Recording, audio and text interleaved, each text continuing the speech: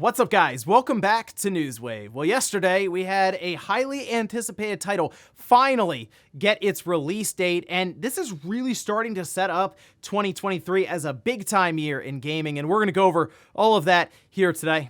Also, we are going to be talking about Microsoft, Call of Duty, and the Switch as they continue to double down on the idea of getting that franchise on the platform. And we're also going to be taking a look at Sony, Activision Blizzard, and Microsoft as that entire situation is really starting to get ugly. Guys, if you enjoy these videos, make sure you hit that like button, helps that a ton. And if you're new here to the Spawnwave channel, make sure you're subscribed down below. And we're gonna start today with Resident Evil 4 Remake, a game that I'm really looking forward to, out in a couple of weeks, and maybe even get a demo later on this week.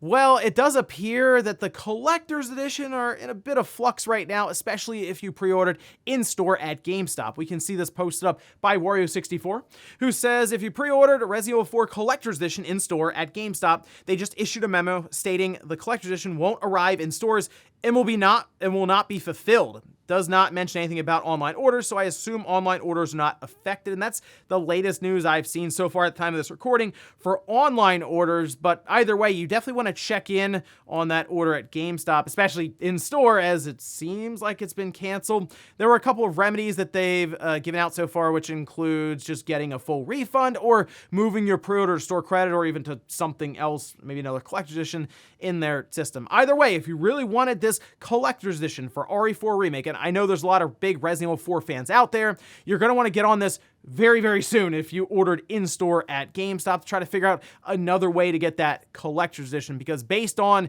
how much is happening with that and the popularity of RE4, it's probably going to be fairly limited later on. Also, sticking with Resident Evil 4 Remake, it appears one part of the game people weren't that excited about, and Capcom has certainly heard the fan base. That has to do with Rain. Well, specifically Rain in a video that was shown off with, I think, the Chapter 5 gameplay from Game Informer. They basically ran through like 10 minutes of the game, and at one point, Leon goes outside and there's a lot of rain that seems to have these really large raindrops that were very, very noticeable. We can see this posted up by Capcom in response. It says, we've seen everyone's reaction to the rain effects and we are working on a day one patch to make adjustments.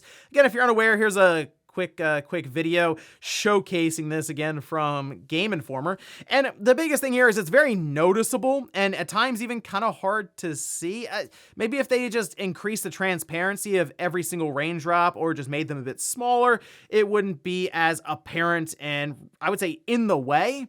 People have even drawn comparisons to what was going on with the Grand Theft Auto trilogy remasters they did, because that had some pretty ridiculous looking rain as well. But at least Capcom heard everyone and they'll be working to release a patch, I guess, day one when the title releases, that should maybe fix up that rain. Again, make it just overall less noticeable and in the way. Oh, and it looks like Nintendo strikes again when it comes to the modding community. This time around, Mario Kart 8. There was a tweet that was posted up, had a video on there that shows off a really cool customized track. This was posted by Rizor over on Twitter, the Zelda Ocarina of Time in Mario Kart 8. Now, I can't technically show you this video, and the reason I say that is because Nintendo is already going around striking down the video that was posted up on YouTube. It's pretty cool because it's like a custom track for Zelda Ocarina of Time that's based on the 3DS remakes version of Hyrule, and these custom tracks are just fun to see, right? But Nintendo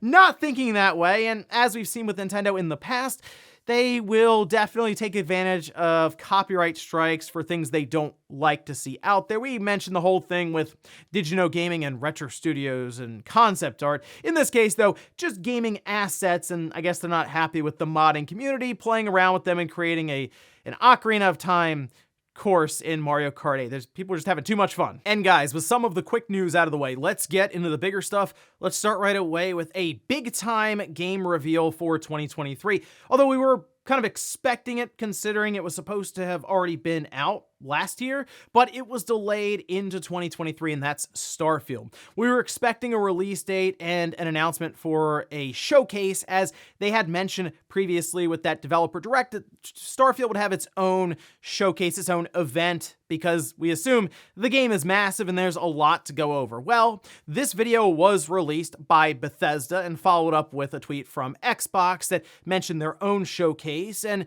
taking a look at this, yes, it is Todd Howard going over Starfield and their new release date, which is now September 6th, 2023. That's right, it's not first half of 2023, which is what people were expecting because, well, Microsoft kind of said last E3 that everything you were about to see here was going to be releasing in the next 12 months, so by June of 2023. Not the case, though, with Starfield, but it was already delayed from November of 2022 anyway, so it's another couple of months, I get, especially if that means the game itself will just be better for it when it releases. Now, they did show off some quick clips of gameplay in the background as Todd Howard was talking to the camera, like people were just kind of playing it there, and I mean, they showed off some sort of pre-rendered cinematics and different things, or in-engine cinematics, and the game itself, I think, looks very compelling. The idea of something as open as Skyrim or Fallout, but into space with 1,000 or so planets. I mean, there's a lot of content and interesting adventures that you can have there, but then there's also the Bethesda kind of narrative that could play into it, and that's one of the reasons for me, I have very high expectations for Starfield now because it has been delayed essentially 10 months from last November. So here's hoping they can hold up their end of the bargain. But we will be getting a look at this game in about 3 months as they are slated to have their own Starfield showcase June 11th. And you might be thinking, well, hold on, that's probably when Microsoft was going to have their E3, not E3 showcase, and it appears that's still happening because Xbox did quote tweet and then put this out over on Twitter, saying, join us for Starfield Direct following the Xbox Games Showcase on Sunday, June 11th. So this sounds like June 11th is going to be fairly packed. If there's going to be an entire Xbox Games Showcase and then Starfield, you kind of want to separate out Starfield. Maybe it's sort of a way that they can close out the event, because I assume this Starfield Direct probably like 30 minutes. And if you consider all the stuff they went over, last E3, there was a lot they were trying to fit into a small amount of time, and they didn't get a chance to dive into each and every aspect with base building and going to different planets and factions and your character creation. There's a ton of stuff they were trying to explain, and it felt like they glossed over some fairly large chunks of the game. So I am looking forward to seeing more about this game in June, and then it eventually coming out in September. I think it's locked in for September. That's what I'll say based on things I've been hearing. I think the game is going to be ready to go. But the other thing to consider here is most likely Sony will have Spider-Man 2 coming out around that time, so we will have a big title from Xbox and a big title from Sony, most likely falling right next to each other within a couple of weeks, September into October even. So very exciting time right now in gaming. A lot of stuff happening for 2023. All three major platform holders with Nintendo and Zelda, and we see Xbox and Starfield, and then Sony with Spider-Man 2, all lining up with their own blockbuster releases. And I know a lot of people have been saying, oh, it's Starfield delayed again. I feel like we've been over this a lot with Microsoft to the point where it's just beating a dead horse, and I'm just happy that we're finally seeing things move within Microsoft, having Redfall coming up after, Minecraft Legends releasing, and then we should have Forza come out before Starfield, so we should see a fairly good release year for Microsoft, and provided the Activision Blizzard deal does close, I assume, over the summer as they're expecting, what's their holiday title? Well, it's going to be Call of Duty, that coming out end of October into November, as this year, apparently, it is going to be a full-price premium release, and that way maybe Hellblade 2 can fall into the first half of 2024 and set up that year for them. So exciting stuff here overall for gaming in 2023 with just another big-time title. And then going forward, seems like Microsoft could finally get things on track for this generation. Next up, let's stick with Call of Duty and the Switch, as Microsoft has been working really, really hard with regulators, trying to convince them that they are going to get Call of Duty on the Switch, as Regulators are even saying the Switch can't run Call of Duty, and Sony's even kind of said that. Microsoft seems pretty confident they can make that work alongside Activision. We can see this posted up by Charlie Intel, with Microsoft explaining this further to regulators, saying the game engine that powers Warzone is mature and has been optimized to run on a wide range of hardware devices, ranging from the Xbox One console released in 2015 up to the Xbox Series X. Warzone supports PC hardware with GPU cards that were released as far back as 2015, prior to the release of Nintendo Switch in 2017. Going on to say the Activision development team have a long history of optimizing game performance for available hardware capabilities. I mean, consider what Activision has been able to do, even in the generation with the Wii, the Xbox 360, and the PS3. They were putting Call of Duty games on the Wii with full online play, which, by the way, works now. You can actually play with other people on the Wii for different Call of Duty games, but they made it happen. And the Wii, if you consider what it really was, I mean, it wasn't much stronger at all than the GameCube. Sure, it had more RAM and stuff, but it was basically like an overclocked GameCube for the most part, and Activision made those games work with pointer controls and all. So here's the thing with Call of Duty and what Microsoft has been promising. They just need one iteration of Call of Duty to work on the current Switch, and it looks like they would have fulfilled their obligation, as they are using that number, 150 million, which a vast majority of that is the Switch. So to them, it's worth investing a lot of money into development at Activision to get this done so that they fulfill that obligation to regulators, since that is basically the big core of their argument now, is they are looking to get Call of Duty out to as many people as possible. Is it going to be the prettiest Call of Duty? No. Will it be the best running? Probably not.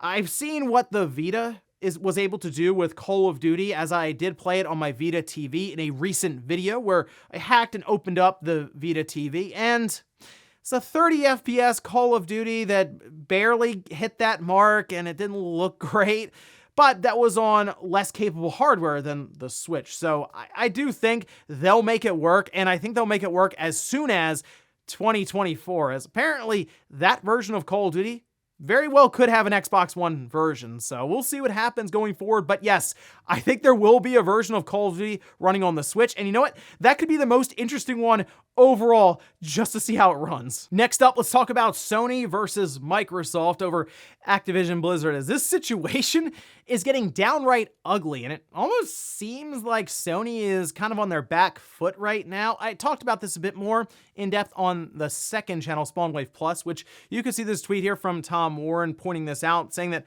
Sony suggests to the CMA that Microsoft could release a buggy version of Call of Duty on PlayStation, which could make gamers lose confidence in PlayStation as a go-to venue to play Call of Duty. And yeah, that's all there in the paperwork. Sony seems to think that is a possibility. And again, I think this is posturing for negotiation's sake, to where, I don't know, Microsoft put something that's like, well, we'll keep it parity to the best of our ability. Like, if the game runs better on the Xbox than the PlayStation from a few frames or something, what can you really do, right? But it gets a little stranger. Okay, so I talked about how Microsoft is really pushing the idea of bringing Call of Duty everywhere.